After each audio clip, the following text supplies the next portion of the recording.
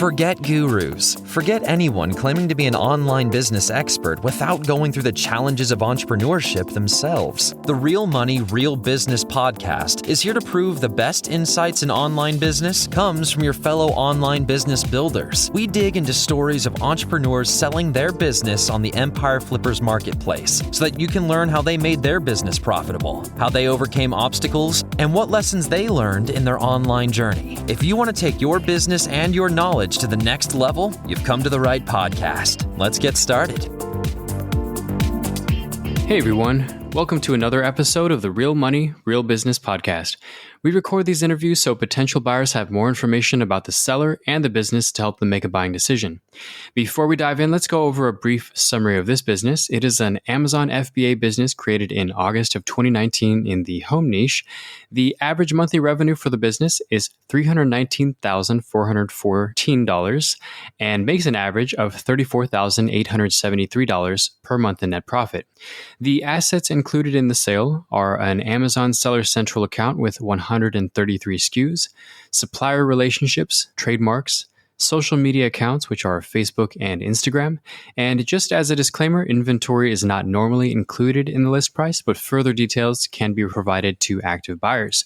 So for everyone listening, you can visit empireflippers.com/marketplace and search for listing 61022 to learn more about the business.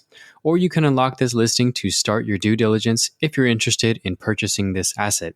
So that's a brief overview of the business for sale. Let's hear from the seller with me today. So welcome to the show, Mary. How are you doing today? Hi, I'm doing great. How are you? I'm doing great too. And I'm looking forward to learning more about you and your business. So to start us off with the first question, can you tell us a little bit about your background in building and running online businesses? Yeah, sure. I've always been involved in e-commerce. I've managed several web stores selling both products and services. So later on, my father decided to start an Amazon business. I was just there helping him with anything and everything, basically. I've watched tons of courses for Amazon FBA sellers. I got a lot of experience, and over the course of years, I just thought I should start my own product. So I just did. Wow, that's awesome. So you started your first product, and I see that this business now has 133 SKUs. So that's pretty incredible growth. So congratulations on that. Yeah, right. Thanks. So why did you choose this niche in particular? Yeah, that's a good question. So I already said that I had quite a lot of experience. So I've seen products both fail and succeed. So I sort of knew exactly what kind of niche and what kind of product I was looking for. I wasn't in a rush. I had the time to figure things out. So I just did my research using the tools that I think everyone is familiar with, namely Jungle Scout, Helium 10, and so on. So I just came across this particular product and I just did my maths. I was sure I wanted to launch it. The niche was very attractive to me. It had a lot of opportunities to launch more similar products, and the competition was not overly aggressive. So I just went for it. That's awesome. And the business was built from 2019, so it hasn't been that long, and yet it's been very successful. So why are you deciding to sell the business now instead of keeping it and growing it? Yeah, right. I'm actually thinking about another business that I would love to start. I've thinking of it for a long time. And basically the only reason for selling this one is that I need the starting capital for that one. Nice. Yep, I've heard that a few times. That tends to be the reason for, you built this business and you are a builder of businesses. So it makes sense that you'd want to build the next thing. Cool. So during this journey of yours of building this business, what did you learn from building this that seemed to work? Yeah, well, Amazon Business is basically very customer-centric, and there's a lot to the quality of services and the products that you provide. A lot of people neglect that too much, I guess. And it is really important not to only keep the quality of the product and the service, but also the communication with the supplier. That has a lot of effect on your costs and the reliability of your supply chain. So I just think first and foremost is the quality and being consistent with the quality of every process. So that's sort of what I learned. Awesome. And was there anything that you tried with this business that didn't work out as well? Yeah, well, as in any business, you try a lot of things out, and there are usually some things that don't work.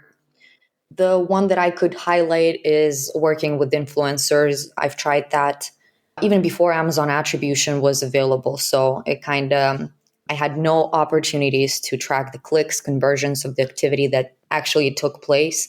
So I just decided to stick with the things that worked very well already. And I could get the stats on them and optimize. So influencers didn't quite work.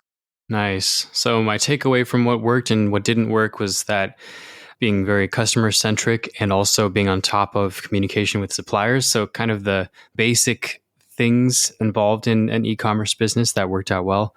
And then the influencer marketing didn't work out as well. Yeah, it's generally always the basics that do the most for your business. So And that's a good reminder of that. Nice. Okay, so can you describe the amount and the type of work that you do on this business for maintenance at this point? yeah, there are all sorts of things, but mainly maintaining inventory levels, communicating with suppliers, supporting customers, and doing the PPC. So it sounds like a lot, but it actually takes around like 4 hours a day. And I'm quite generous with the days off. So on those, I just make sure I check the listings and like how things are going. Very nice. Awesome. So let's talk about opportunities then. If you were to keep the business, what are some ways that you'd try to grow it? I would definitely expand on the variations of the existing products. I would surely add products from the same category to build up the storefront. And generally speaking, there are a lot of opportunities to grow. External traffic could be a great opportunity with the Amazon attribution program in place. So, other than that, I would surely enter other marketplaces like UK, Canada, just go global. Nice. And of course, with opportunity comes risk. So, what do you think are the biggest risks with this business that a buyer should be aware of?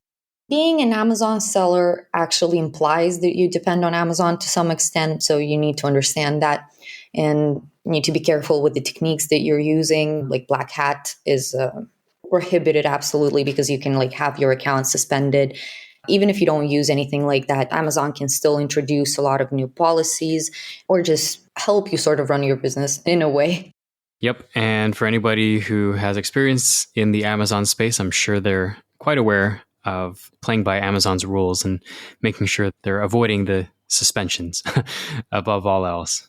Yeah, the risks exist in most businesses. Just more important is whether you can handle those or not. And you shouldn't forget about the general risks like pandemics, or even more relevant now is the US China trade tension. So stay aware.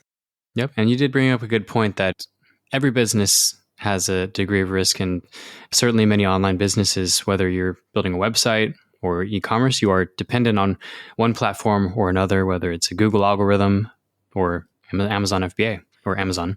Yeah, exactly. But with that, you get a lot of boosts, to be honest, a lot of customers ready to buy. Right. Great. So, a few housekeeping questions to wrap this up. How much support are you willing to offer buyers? I'll be there for the buyer, of course. I don't want to put any limits. I love this business. I would want to see it to continue succeeding. And we're totally open for any communication. Perfect. And just for anyone listening to this, the default is 30 days of email and phone support, but it seems like Mary's willing to offer a bit more than that. So that's great to hear. Perfect. And would you commit to a non-compete on this business after sold? Yeah, of course. As I said, the other business that I'm looking to start, it has nothing to do with FBA. So for sure, non-compete. Awesome. And are you open to something like an earnout? I'm ready to accept any deal. Depends on the buyer or the details, of course. Yep, makes sense. Okay. And last two questions. Putting yourself in the shoes of a buyer, why do you think this is a business worth buying? Oh, I would get it because I think the niche is great. There are lots of opportunities to grow, as I said earlier. The products are in the same niche that can be launched, and you can launch them extremely fast. And there's something awesome that comes with the listings. We've got tons of listings with reviews that you can actually use under new product families. This will actually help to launch quicker and better, but I'll have to elaborate on this when I get to speak to the potential buyer. I have to be showing the product and explaining the opportunity to make more sense to it. Yep, sounds good. So, for anyone listening, if you want further details, feel free to unlock and discuss with the seller. Perfect. All right, last question. This is relevant to you. Is there anything you'd like to add that you think I might have missed during the interview? No, I actually think we've covered pretty much everything. Okay. Yeah, I think we covered a lot here. Okay, well, I'm going to wrap this up. So, Mary, thank you so much for sharing your story and joining us on today's episode. And I hope your business is purchased in the near future and by the right buyer. Yep. Thank you very much. Absolutely. All right, everyone. Thanks for listening. To learn more and see if this listing has already been sold, head over to empireflippers.com/marketplace and search for listing number 61022. If you're watching this on YouTube, click the link in the description to go straight to the listing. And once you've unlocked this listing, you'll be given everything you need to know about this business. So until next time, enjoy your digital journey.